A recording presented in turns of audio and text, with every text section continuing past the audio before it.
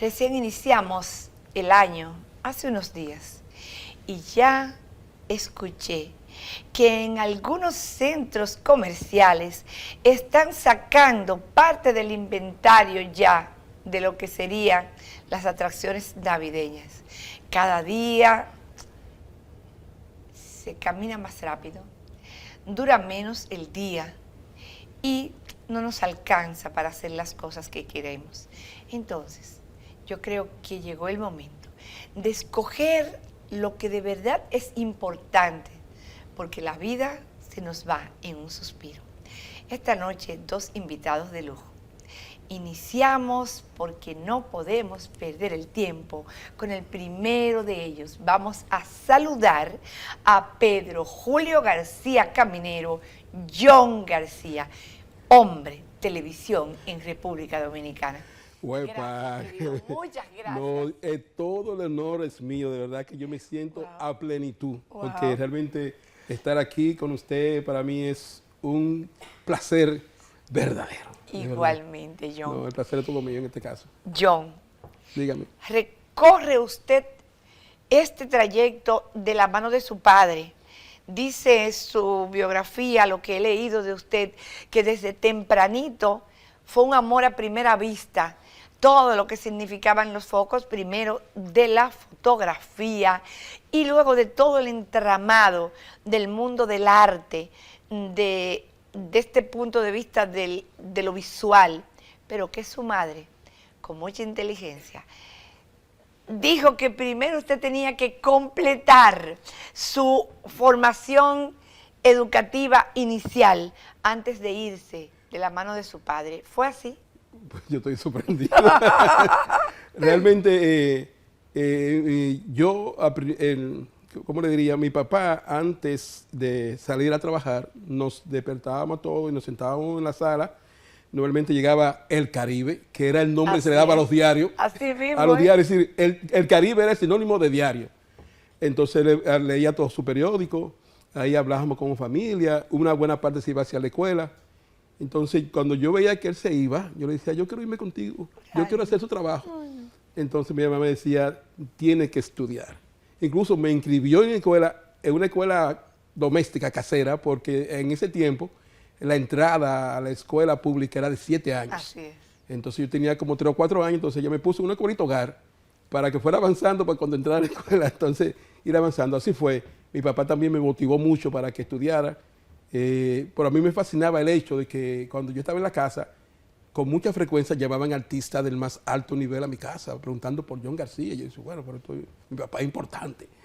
Entonces le dije así que yo quería ser igual que él, pero ahí llamaba a Freddy Belagoico, llamaba, yo no sé si te recuerda, un director, yo creo que de turismo, Pedro Morales Troncoso. Claro que sí, don Pedro Morales Troncoso llegó ahí a mi casa a buscar a mi papá. Y cuando yo vi el secretario, el ministro, no sé, no era ministro y secretario, sí, era de turismo. Entonces yo vi, huepa, pero ¿cómo va a ser? Entonces me iba atrás de él. Incluso cuando venía de la escuela, entonces mi mamá me mandaba para allá. Ya cuando ya veía que la cosa era, me mandaba con él, entonces yo me pasaba la tarde entera y venía ya en la noche con él y me fue enseñando todos los trucos. Recuerdo que siendo yo un mozalbeta andando por los pasillos del Canal 4, me encuentro con la figura majestuosa para mí de Freddy Belagoico. Wow. Esa Freddy tenía los ojos verdes y lo atacaba así. Y dice, ¿este morenito quién es? Le dice, que es el hijo de John García. Ah, pues se va a llamar John City y va a trabajar conmigo. Oye, y me puso un sueldo en el gordo de la semana, 1973, de 5 pesos semanales. Una millonada para mí, una millonada. ¿Cuál es la función mía? Recoger el dado de la suerte. Cuando tiraban el dado de la suerte, el dado corría, entonces yo iba a lo buscar y se lo ponía otra vez ahí. Y ese era mi sueldazo mensual. Y le daba la mitad a mi mamá y ya. Y le sobraba todo. Le sobraba dinero. Usted dijo en un momento determinado sobre la fotografía, que de la fotografía se deriva el cine y del cine surge la televisión, por lo que no se puede hablar ni del cine ni de la televisión si antes no existiera la fotografía. Lógico. Incluso el concepto fotográfico de un profesional no es lo que se conoce como foto fija. Fotografía significa belleza, arte, composición, combinación de colores, degradación de colores, transmitir emoción a través de una imagen. Esa es la visión que tiene a través de la luz, a través de la composición, a través de los elementos de la imagen, el punto, la línea, los colores, la textura. Cuando tú sabes combinar, bueno, aquí tenemos un artista y él debe saber que por ahí que anda, ¿no?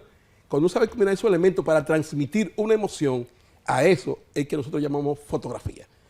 Como el pintor le llama a su obra, obra plástica, ¿no?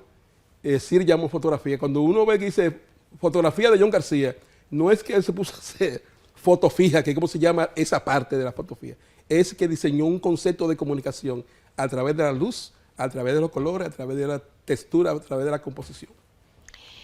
John García tiene muchos méritos. Para mí, de todos, ante el que más me inclino con usted, es cómo usted fue evolucionando, increíble, no solamente que ya no hay ningún secreto para usted en el mundo, precisamente de las artes visuales, sino que se preparó, se capacitó, se hizo maestro, estuvo incluso en el Instituto de Formación Técnico Profesional, siguió, tengo entendido que se hizo periodista. Así es. ¿Qué pasa por la cabeza de un chico que tal vez ya estando en la televisión, que todas las mujeres saben, importante, el hombre que trabaja en el área de la televisión ya cree las mujeres que bueno, sin embargo usted no solamente no se dejó confundir con nada de esto, sino que no se detuvo, continuó y todavía continúa. Recientemente se hizo periodista. Así es. Comentarista. La verdad es que, ¿qué pasa por la cabeza de un chico que no se deje confundir? Porque en el momento, me imagino, que hubo tentaciones. Hay tentaciones, ¿no? En alguna caí. Cuénteme eso. Bueno, mire, hay una filosofía japonesa, se llama Kaiche. No sé si la conocen, Sí, claro que significa mejora continua. Así es. A mí, cuando la conocí, me impregnó. Mejora continua quiere decir, que, a traducción mía, hacer todos los días lo mismo, pero cada vez mejor. Wow. Todos los días hacer lo mismo. Y quizá esa es la impronta que dejé en Infotec. Yo trataba de todos los días mejorar mi proceso de mejoramiento, todos los días mi proceso. Si un día yo seguía la cámara de una forma, la otra vez buscaba la forma de ver cómo los chicos podían aprender mejor. Y creo, viendo los frutos, que uno ahora en el área del periodismo que está en la calle reconociendo con los reporteros, veo los frutos. Yo veo gente que ya están dirigiendo empresas, que pasaron a través de Infotec, a través de mi mano, y son productores famosos. Y realmente uno siente que aportó una piedrecita en ese proceso. Por eso cuando salgo de Infotec, con una edad relativamente madura, ¿no? Dije, pues yo no puedo quedarme de que en mi casa sentado esperando que me lleguen los años, ¿no? Y fui y me inscribí en la Universidad OIM.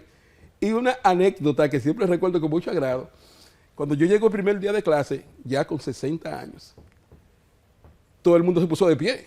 Llegó el profesor. Claro. Yo percibí, porque ya yo lo había sido muchas veces. Claro, claro. Percibí la percepción de los estudiantes y me quedé parado un buen rato así.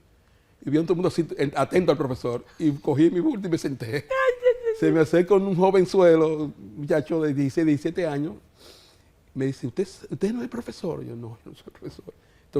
Entonces me pregunta, ¿usted no sabe dónde está entonces? Yo sé dónde estoy. ¿Dónde está? Bueno, estoy en un curso que inicia hoy de periodismo. ¿Y usted con esa edad se va para estudiar? Y yo, lógico, esta es la mejor edad para estudiar porque los conocimientos entran más fácil. Entonces siempre me acuerdo de eso porque muchas personas entendió que ya a esa edad no se debe estudiar. Y es todo lo contrario. Incluso yo en principio dudé, porque a veces uno duda, si el mercado podría acoger a una persona con una acumulación de juventud tan alta y sin embargo el mercado me abrió la puerta y como usted muy bien dice, estoy en un programa de televisión abierta haciendo comentarios que han sido muy bien acogidos tanto por la empresa como por la teleaudiencia y eso me ha llenado de satisfacción y tanto aquí frente a usted, todavía mucho más, porque siento que el esfuerzo no fue en vano, realmente que sí. No fue en vano. Vamos a hacer una pausa. Cuando regresemos, la televisión dominicana, el mundo de la comunicación en la actualidad, ¿cómo usted en su visión de maestro lo califica? ¿Estamos mejor? ¿Estamos peor? ¿Podríamos ir a la deriva? Después de la pausa. Regresamos.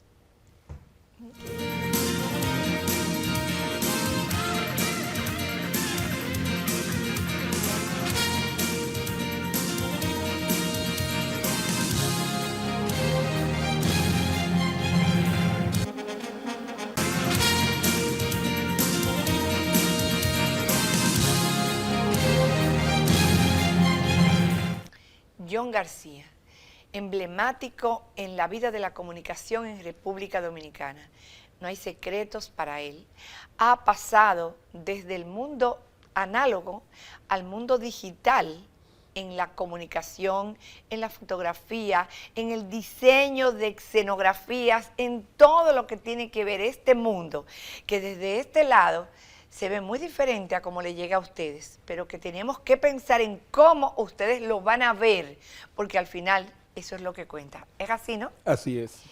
Dígame, de los tiempos de la fotografía, para empezar con algo, donde todavía teníamos que buscar rollos, teníamos que entrar en un cuarto oscuro. Pienso que eso era lo más grande, Sí, poder sí. saber revelar y hacerlo de manera correcta, Así es. que no se le dañara completamente todo el trabajo. Perfecto. A lo que luego vemos ahora, muy cómodos los muchachos, te miran, le dan un botoncito, delete, y vuelven y te ponen.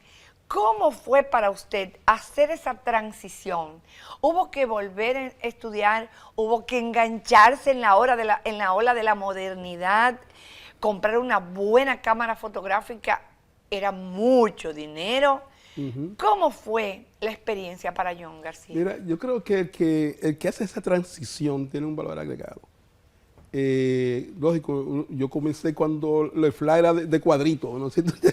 Que no te ponía, que tenía 4 posiciones. Entonces, yo recuerdo, la envidia sana ayuda.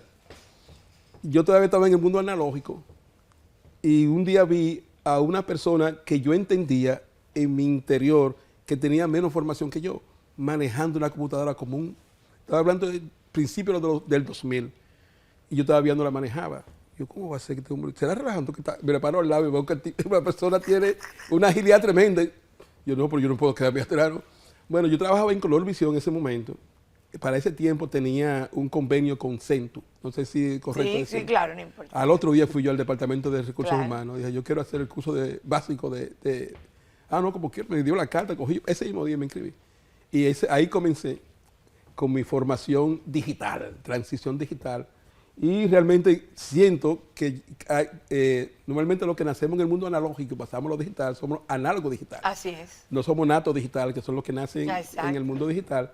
Y realmente siento que la tecnología yo la hemos ensamblado muy bien, a niveles que yo siento que incluso a veces uno hace un paralelismo entre juventud y tecnología y no siempre es así. Así es. Hay mucha juventud que maneja las redes sociales, puede hablar por WhatsApp, puede tener 50.000 redes sociales, pero cuando se habla de hablar, utilizar la inteligencia artificial, buscar información, manejar la tecnología como debe manejarse, la gran mayoría no está en eso. Así mismo. Uno que tiene más conciencia de la información, más conciencia, ahora que uno está en el mundo de la comunicación, tiene que buscar constantemente información y comunicación y datos para tener una visión más holística de la situación.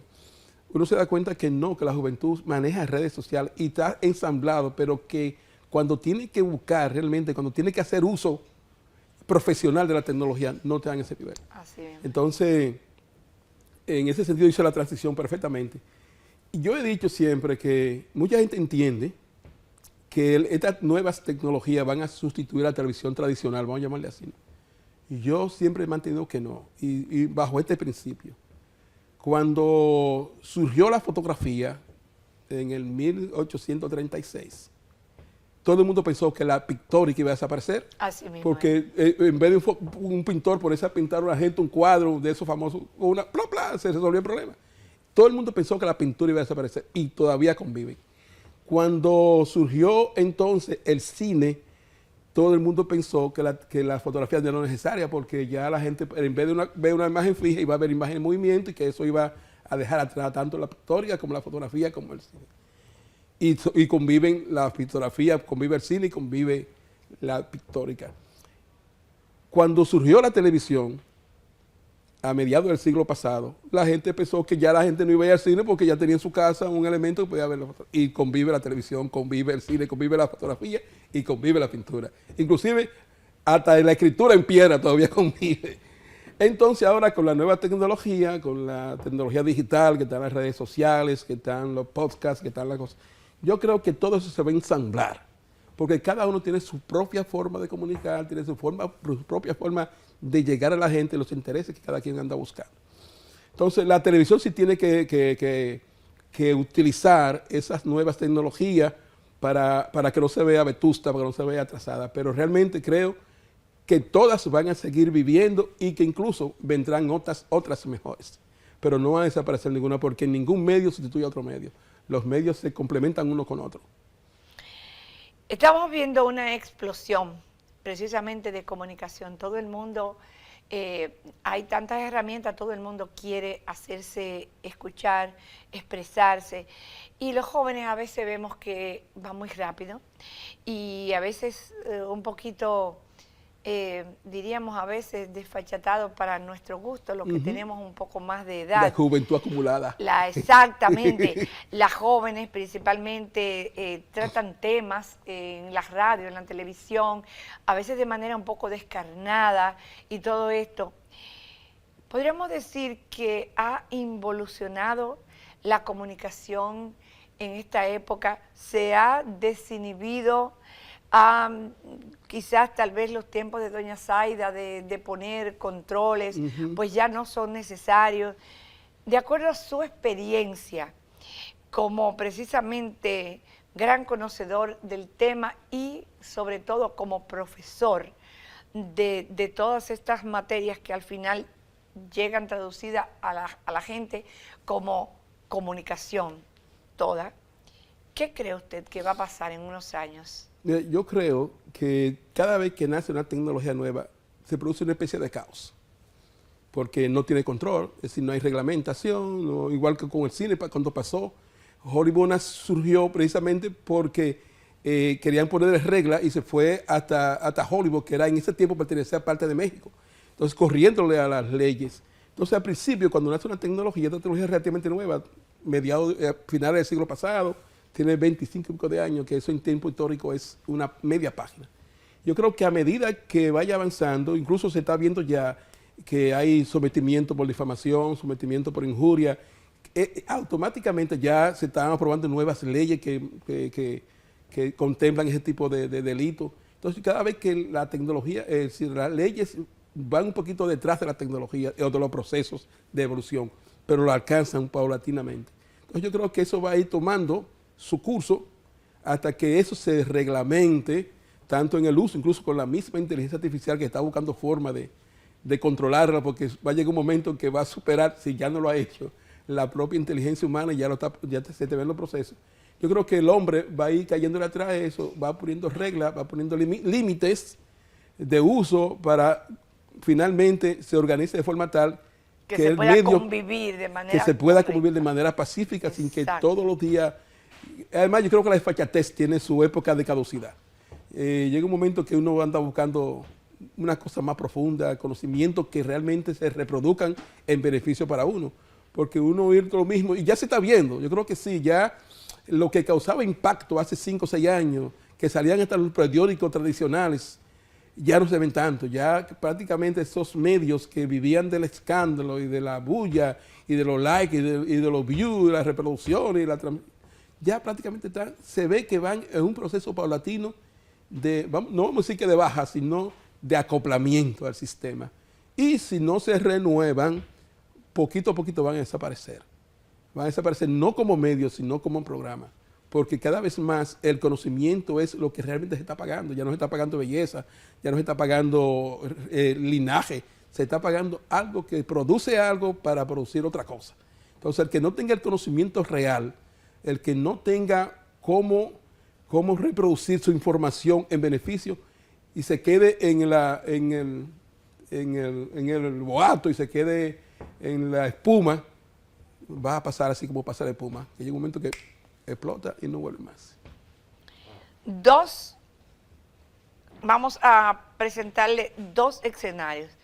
el escenario de los podcasts, de los audiolibros, de que la gente puede ir guiando y escuchando y obteniendo información, etcétera. Esa parte es importante. Y por otro lado, los filtros para tomarte una fotografía o hacerte un video y luego pues maquillarte, a veces hasta de manera excesiva, que en la vida diaria pues se ve bien, pero hay un sector importante en el mundo entero, que es el sector de la política, donde se hace uso de estas herramientas, pero ante los ojos de John García, un político con exceso de filtros o de retoque, por ejemplo, para subir su imagen, para poder comunicar algo, ¿qué usted le recomendaría? Si algo ha demostrado la tecnología actual, que es lo natural, la autenticidad es lo que vende al final.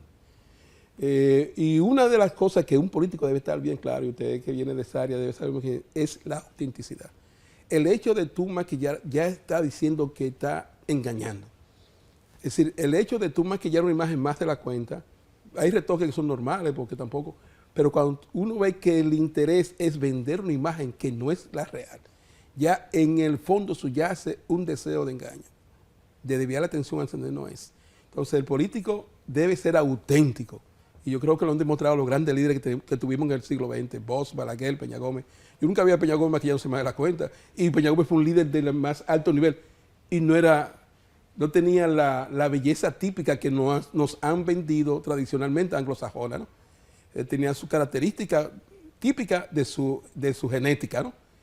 Pero nunca lo vi tratando de ser más bello de la cuenta. Y fue uno de los más grandes líderes. Juan Bosch, con 90 y pico de años, nunca pretendió ser lo que no era, y fue un logrando. Balaguer, con todos sus años.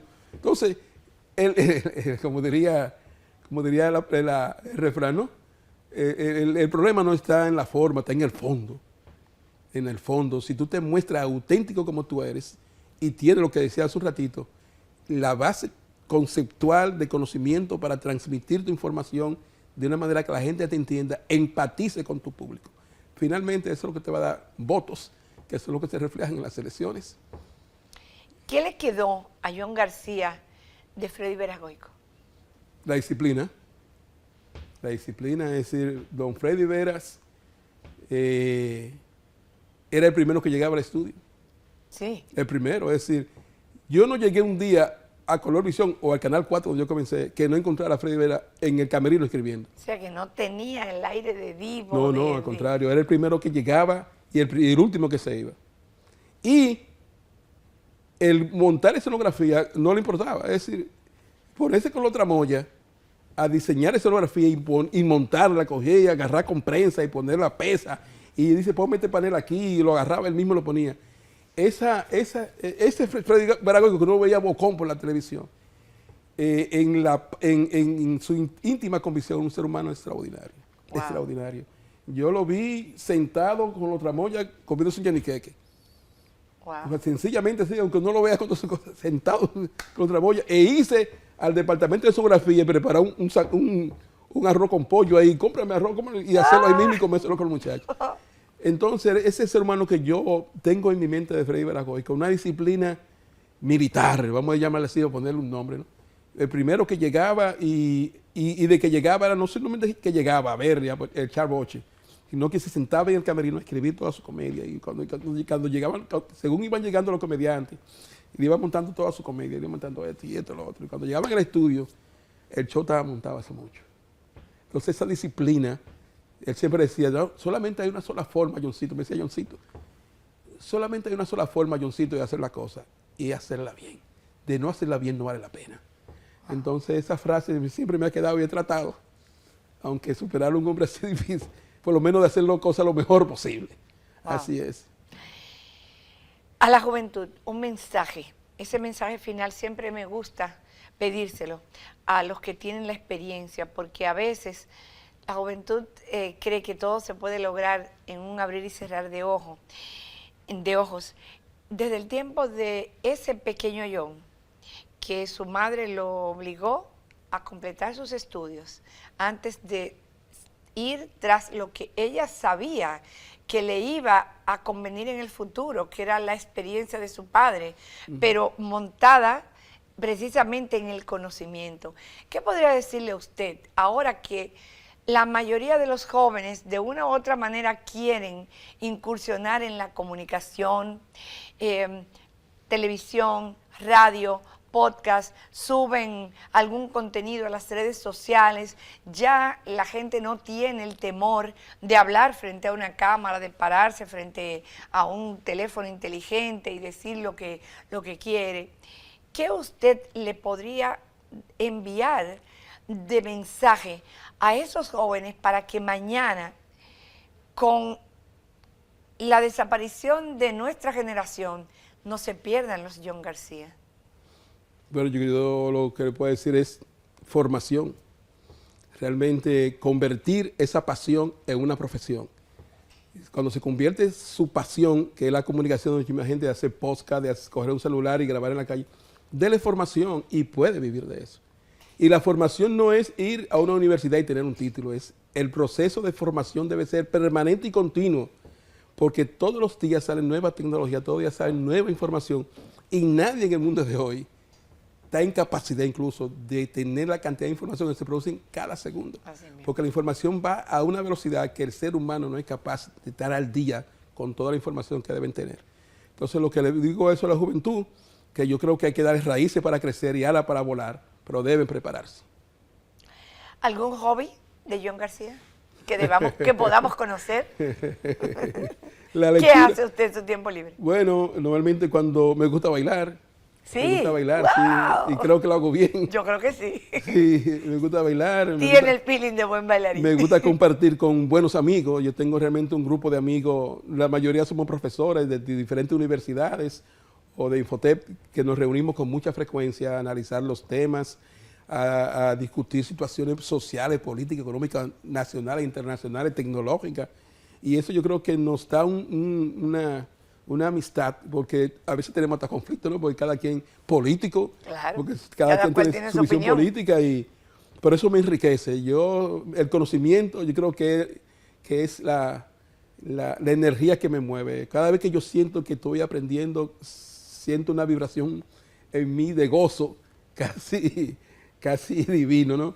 Porque cada vez que veo información nueva, eso como que mi mente se excita y quisiera como no parar nunca. Entonces eso lo recomiendo mucho a la juventud. Comenzar a leer, yo sé que es difícil, porque mucha gente quiere comenzar con grandes obras. Yo dije, comiencen a leer a Memín, comiencen a leer a Calimán, y la mente te va exigiendo cada día más. Y va subiendo cada vez más el nivel de información. Cuando viene a ver, tiene un conjunto de información que no sabe dónde parar, porque tampoco hay que leerse 1000 libros, ¿eh? Porque la gente cree que hay que leerse 200.000 libros. Realmente tú con 2 o 3 libros bien seleccionados, bien buscados, puedes tener información que te ayudan la vida entera en términos de filosofía para seguir ese trillo, para llegar al éxito. Y si no llega, por lo menos disfrutar el proceso. Si pudiera decirle algo a su padre, si pudiera conectar a través del tiempo y pudiera llegar a que su padre estuviera de nuevo frente a usted, ahora con su tiempo, su experiencia, sus años vividos, ¿qué le diría a su padre y qué le diría a su madre? Hay una frase de una canción de López Balaguer. Dice, mi padre era un hombre noble de una noche. No, sí. Esa frase a mí me encanta. Gracias, papá. Te lo sabía toda, mi viejo. Wow. Y a mi mamá le diría gracias por la formación, porque realmente a fuerza de galletas me condujo por el camino correcto, porque uno tiene momentos que se quiere desubicar y si no aparece una galleta a tiempo, ella es especialista en eso, se desubica uno. Es decir, no es que uno va a vivir dándole golpe al muchacho, pero a veces un golpe certero en un momento específico puede enderezar el camino. No mata a nadie. No. John García, definitivamente. Esperamos que las nuevas generaciones escuchen y hagan las cosas que tienen que hacer, porque definitivamente República Dominicana debe encaminarse diariamente a ser un mejor país. No hay un mejor país si los ciudadanos cada día no colocan su granito de arena para que podamos entre todos mejorar el país. John García, realmente me he sentido extraordinariamente bien de tenerle frente a mí y de saber lo que en la práctica significa prepararse diariamente, formarse cada vez más para llegar a ser mejores. John García, me inclino ante él esta noche. El placer es todo mío, ¿verdad? Para mí esto ha sido una vez.